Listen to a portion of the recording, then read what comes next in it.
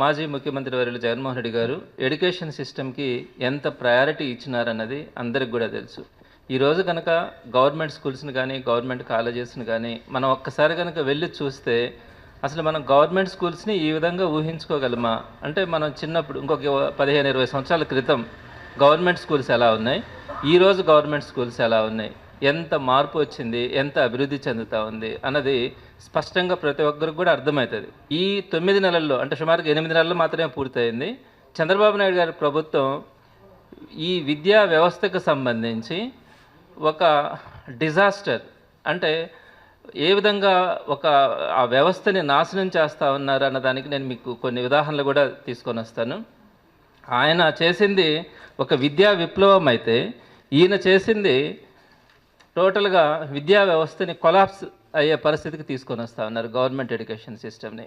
ప్రధానంగా మీరు కనుక ఎలక్షన్ ముందు కనుక చూసుకుంటే జీవో నెంబర్ 117 రద్దు అనే విషయాన్ని తెలుగుదేశం కూటమి పార్టీ పెద్ద ఎత్తున ప్రజల ముందుకు తీసుకుని వచ్చింది. 117 జీవో రద్దు చేస్తామని వారు మేనిఫెస్టోలో కూడా ప్రకటించారు. అంటే 117 జీవోని రద్దు చేస్తాము అని. అంటే అందరూ కూడా అనుకొని ఉంటారు, తెలియదు చాలామందికి 117 జీవో అంటే ఏంటి. 117 జీవో రద్దు చేసిన దానివల్ల ఈ రాష్ట్రం చాలా బాగుపడుతుందేమో, పేద ప్రజలు వాళ్ళ యొక్క పిల్లల్ని అత్యద్భుతంగా చదివించుకుంటారేమో, పెను మార్పులు వస్తాయని చెప్పి చాలామంది ఆశపడ్డారు. ఈరోజు మీరు చేస్తున్నటువంటి నిర్ణయాల వల్ల అటు స్టూడెంట్సే కాదు, టీచర్స్ అందరూ సఫర్ అవుతా ఉన్నారు. చివరిగా మీకు ఇంకొక విషయం కూడా చెప్తా ఉన్నాను. డిఎస్సి 16,000 ఉద్యోగాలు మీరు ఇస్తానని చెప్పారు. ఎంత ఊదరగొట్టారు. 50,000 వ్యాకెన్సీస్ ఉన్నాయి. మేము రాగానే ఒక మెగా డిఎస్సి 50,000 ఇస్తామని చెప్పారే. మరి మీరు వచ్చినాక వెంటనే మొట్టమొదటి సంతకం 16,000 ఉద్యోగాల కోసం నేను డిఎస్సి మీద సంతకం పెడతా ఉన్నానని చెప్పారు. ఈ రోజుకి ఆ మొదటి సంతకం ఏమైంది, ఎక్కడ అమలవుతా ఉంది?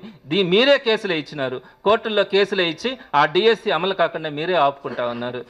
ఈ సాధ్యమా? మీరు ప్రైమరీ స్కూల్స్ ఈ విధంగా 22,000 ప్రైమరీ స్కూల్స్ని డిమోట్ చేస్తున్నారు, యూపీ స్కూల్స్ని డిమోట్ చేస్తున్నారు, హై స్కూల్ ప్లస్లు లేకుండా చేస్తూ ఉన్నారు, MAO 2 వ్యవస్థను రద్దు చేస్తూ ఉన్నారు. ఇన్ని చేసిన తర్వాత నాకు తెలిసి ఆల్మోస్ట్ ఉండే టీచర్స్లోనే మోర్ దాన్ 10,000 టీచర్స్ సర్ప్లస్లో ఉన్నారు. ఇంకా ఏ విధంగా మీరు 16,000 ఉద్యోగాలు ఇస్తారు? ఈరోజు సుమారుగా 5 లక్షల మంది డిఎస్సి మీరు వేస్తారని ఆ పరీక్షల కోసం ప్రిపేర్ అవుతా నెలల తరబడి వాళ్ళ ఇళ్లలో కూర్చొని ప్రిపేర్ అవుతా ఉన్నారు ఆశతో. మీరు దీని మీద కేసులు వేసుకుంటా డిఎస్సిని పోస్ట్ పోన్ చేసుకుంటా ఉన్నారు. ఇన్ని సమస్యల మధ్యలో మీరు డిఎస్సిని అమలు చేయగలరా? ఆ అన్ఎంప్లాయీస్ అంతా కూడా 5 లక్షల మంది వెయిట్ చేస్తూ ఉన్నారే ఆ 16,000 ఉద్యోగాల కోసం. వారికి ఉద్యోగం ఇస్తారా? ఇవన్నీ పాపాలు కదా. ఇంత వ్యవస్థని టీచర్స్ అందరినీ కూడా ఏ విధంగా వాళ్ళకి ప్రమోషన్స్ వస్తాయి, ఏ విధంగా వాళ్ళకి ఈరోజు ఒక మంచి ఫెసిలిటీస్ ఉంటాయి? మీకు ఇంకొక విషయం కూడా చెప్తాను. IFP ప్యానల్ బోర్డ్స్ 2 లక్షల రూపాయల లెక్కన మనం ఒక స్కూల్కి ఇస్తే వాటిని రిపేర్ వస్తే రిపేర్ చేయొచ్చు. అట్లా అదేవిధంగా పిల్లలందరికీ కూడా బైజూస్ ట్యాబ్స్ ఇచ్చాం. ఈరోజు ట్యాబ్స్ రిపేర్లు వస్తే రిపేర్లు చేయొచ్చట్లా. అసలు మీకు ట్యాబ్స్ ఎందుకు అడుగుతా ఉన్నారంటే గవర్నమెంట్ స్కూల్స్లో.